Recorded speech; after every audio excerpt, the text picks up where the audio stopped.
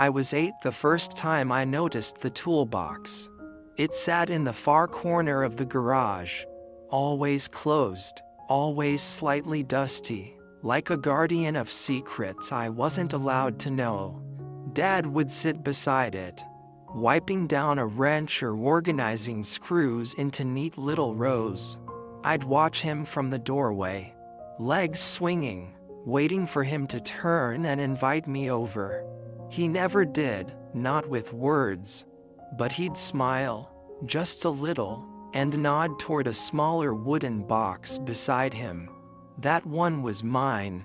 It held plastic screwdrivers, worn-out bolts, and a hammer I wasn't allowed to use without him watching. My father wasn't loud with his love. He didn't say, "I'm proud of you," or "I love you," very often. But it was there, in the extra blanket he folded at the foot of my bed every winter. The sandwiches he wrapped in wax paper for school trips. The oil changes he did without ever being asked. He was the man who fixed what broke before anyone noticed it was broken. Quietly, steadily, faithfully. At 13, when I broke my arm falling from a tree, he didn't lecture me about climbing without him. He just sat beside me in the hospital, his calloused hand wrapped around mine, thumb moving slowly back and forth like it was speaking all the words he didn't know how to say. Every Sunday, he'd polish his old boots while I finished homework nearby. He'd whistle, sometimes hum, and I didn't understand it then. But those moments were his way of keeping close. My father didn't need grand gestures. He only needed a wrench, a humming song, and a reason to stay nearby. He never let me touch the old toolbox. Though I once asked why, he only smiled and said, "Some things have their time."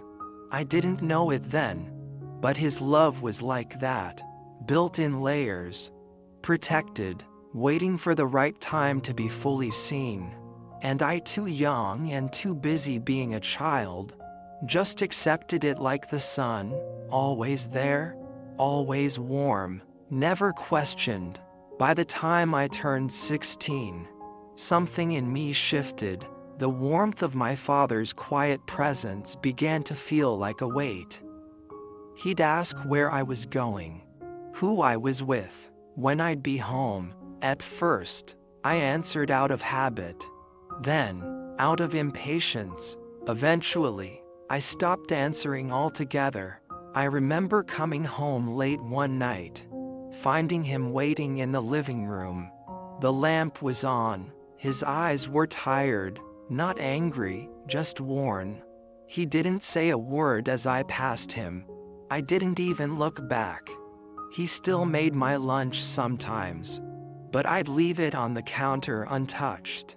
He tried asking me to help around the house, and I always had an excuse: homework, friends, plans. At 17, I told him, straight-faced, that he didn't understand me anymore, that I wasn't a kid, that he needed to stop hovering. I didn't see the way he looked down when I said it. I didn't want to. I thought I was chasing freedom, parties, friends who made me laugh, a girl who told me I was different. I tasted rebellion like it was honey, not poison. I stopped going to church with him. I rolled my eyes at his stories. I avoided the garage entirely. And that old toolbox, I began to hate it, resent it. Even, it became a symbol of everything I wanted to escape. Rules, silence, old-fashioned love. At 19, I moved out. College, I told him, new life, a real chance to make something of myself. He nodded, helped me pack, even handed me an envelope of cash I knew he couldn't spare. I took it and barely said thanks. The drive away from home felt like a release. I didn't look back. From then on, His calls became less frequent. His messages shorter. Miss you, son. Be careful out there. Proud of you. I rarely replied. Sometimes I'd read them and smile. But I never said it back. I was busy, building a career, making new friends, falling in love, losing myself in the noise. And through it all, he waited. I know that now. Through the silence, the distance, the careless words, and the years I spent running, he waited. But I didn't see it then. I didn't care to. I was 28 when I saw his name flash across my phone screen one evening, just, Dad. I let it ring. I was in the middle of a meeting. Or maybe it was dinner. Or maybe I was just tired. I told myself I'd call him back tomorrow. I never did. The next morning, I woke to 3 missed calls and a single text from my aunt. Call me. It's your dad. He was gone. A heart attack. Sudden and quiet, like the man himself. No one saw it coming. No one was ready. I stood in the middle of my apartment, 30 stories above a city that buzzed with life, and everything inside me collapsed. The noise, the buildings, the plans, all of it blurred behind a single truth. I never said goodbye. I never answered the call. That drive back home was different this time. No excitement, no anticipation, just silence, and a storm inside me I couldn't quiet. I was 29 when I walked back through the front door of the house that raised me. It looked smaller than I remembered. Dust clung to the windows. His boots were by the door, just where he'd always left them. I moved through the house like a stranger. The living room, where he'd sat waiting for me so many nights. The kitchen table, where his packed lunches once sat. His bedroom door, half open. I couldn't step inside. But the garage, that's where I went. I don't know why. Maybe because part of me believed he'd still be there, humming, bent over some old project. But there was only stillness. The air felt heavier, and there it was, the toolbox, still closed, still in its spot, like time had never touched it. For the first time in my life, I walked toward it without fear, without anger, just sorrow. I knelt, laid my hand on the lid, and cried, not the kind of crying you can stop. The kind that comes from years of regret breaking open all at once.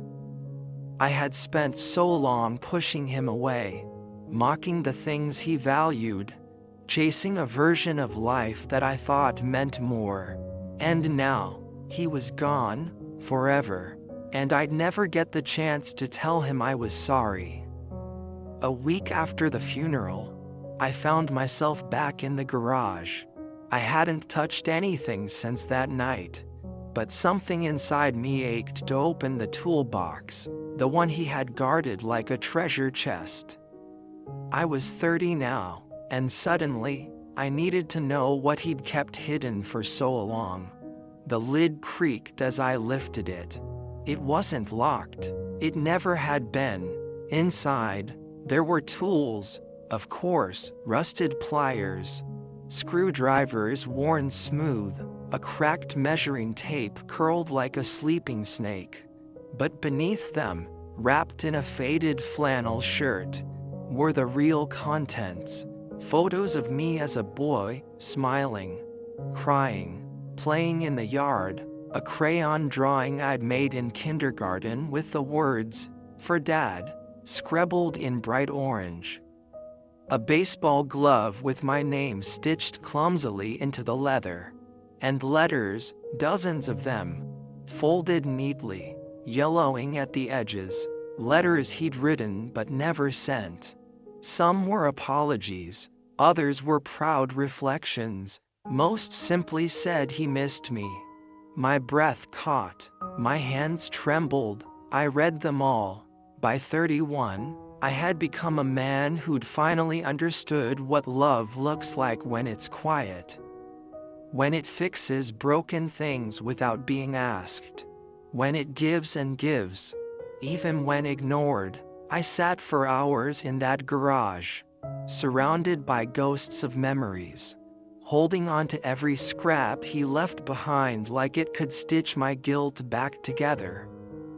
The world outside kept spinning, people chasing money, fame, noise, but none of it mattered anymore.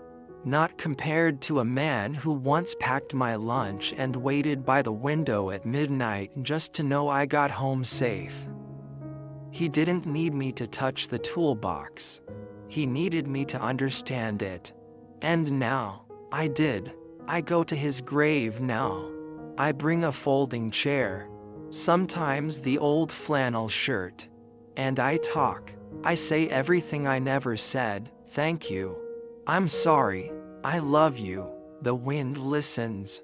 Now, at 33, I tell this story not because it brings me peace, but because maybe it will bring someone else clarity. If you still have someone who waits for you in silence, go to them. Speak, listen, touch the old toolbox before it's too late. Because the deepest regret isn't what we did, it's what we never said.